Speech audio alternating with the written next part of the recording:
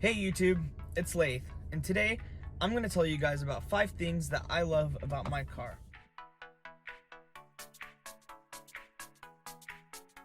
So the first thing that I really enjoy about my car is the looks, specifically in the front. So when I was looking for my car, I wanted something that wasn't too expensive but also was something that was unique. I didn't want to get a car that I would just see a bunch of different same ones when I'm driving. So that was part of my car buying decision, was to figure out something that wasn't too common but doesn't break the bank, because as you know, when it comes to cars, the more rare your car is, usually means it's more expensive. So the looks, especially in the front of my car, it's one of the first 5 things that I really like.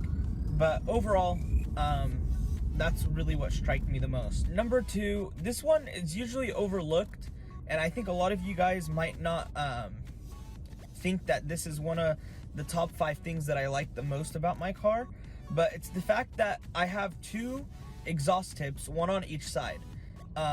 Not a lot of cars have that, and that's something that I really look at, because I hate the BMW look where sometimes they have 2 exhaust tips on one side, or even worse, one on one side.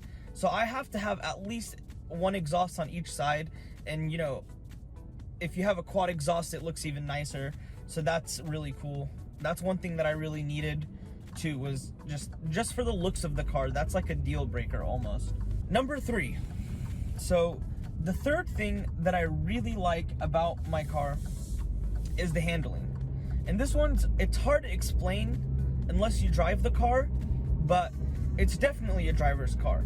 So my car isn't the best when it comes to passengers, meaning it's not the comfiest. It's not going to be really comfy for the back passengers or even my passenger right here. So it's not made for comfort, really. It's not bad either. It's not like uncomfy. It's just not made for it. My car is definitely a driver's car is what they call it.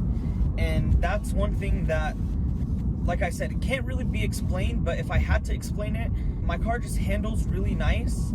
I feel very confident in it. If I ever need to get out of like an emergency situation, if I need to dodge an accident or something, I feel very confident in my car. I could just move it, you know? I would like the steering to be a little bit heavier, but I'll get into that in another video when I talk about, you know, things I feel like could have been done better in my car, but that's for another video. Number 4. Okay, number 4 is my steering wheel. That includes the push to start on my steering wheel and my paddle shifters and my flat bottom steering wheel. So those 3 things, push to start, flat bottom, paddle shifters, yeah, those 3 things really make my steering wheel unique. One, I don't see a lot of cars with a push to start on the steering wheel. Usually it's in higher end cars. The only other car that I saw this in, like in person, was Mo's R8. He had that. That was the first time in my life that I had ever seen it, and I fell in love with it. So when I saw that on my car, I was like, this is crazy. They really pay attention to detail, and it really added a sporty feel to it. And then the steering wheel being flat bottom, that really made me happy too, because it's just like a racing feel. It feels very responsive, and it just adds a sportier look to my car. And I think overall, the fact that they made the steering wheel flat bottom is definitely it's a sportier feel too. So it's not only a sportier look, but it's definitely a sportier feel. So the 5th thing, I don't know. Okay, so for number 5, this one's hard because it's the last spot. And by the way, these are in no particular order, so don't think that I'm, you know, ranking them 1 through 5. So if I had to say number 5, I would just say overall the interior flows really nice, and it's not too many buttons. You don't feel overwhelmed every time I start up my car. It's easy, you know, everything's easy. The infotainment system is really easy to use while I'm driving. so they really don't make too many distractions.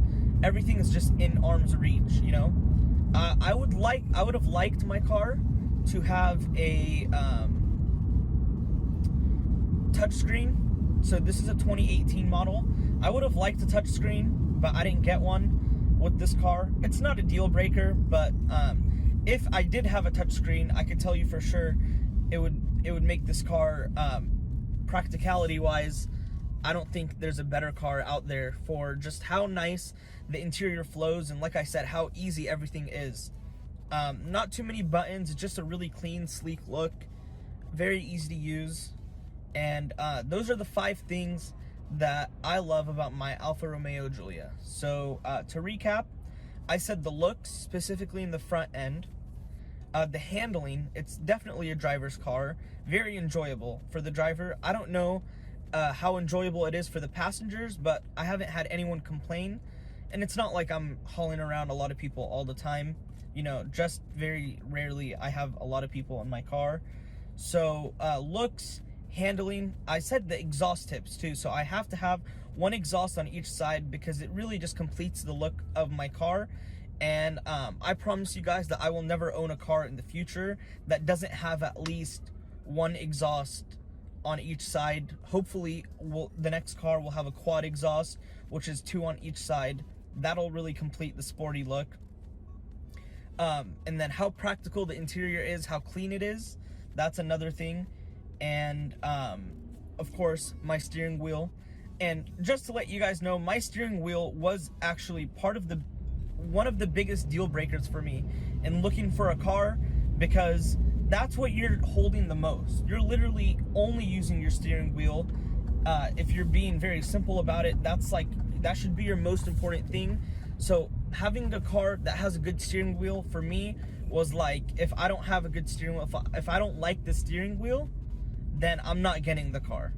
So this really checks all those boxes of the stuff that I need. Of course, there's some stuff that I dislike about the car, so I will be addressing that in another video that I make in the future, titled 5 Things I Hate About My Alfa Romeo Giulia. Now, don't get me wrong, guys, I love this car, but like every car, there's some things that could have been done better. So I appreciate everyone for watching this video. Make sure to like, subscribe, and comment, and let me know what you guys think, and I'll catch you guys on the flip side. All right, thank you. Peace out.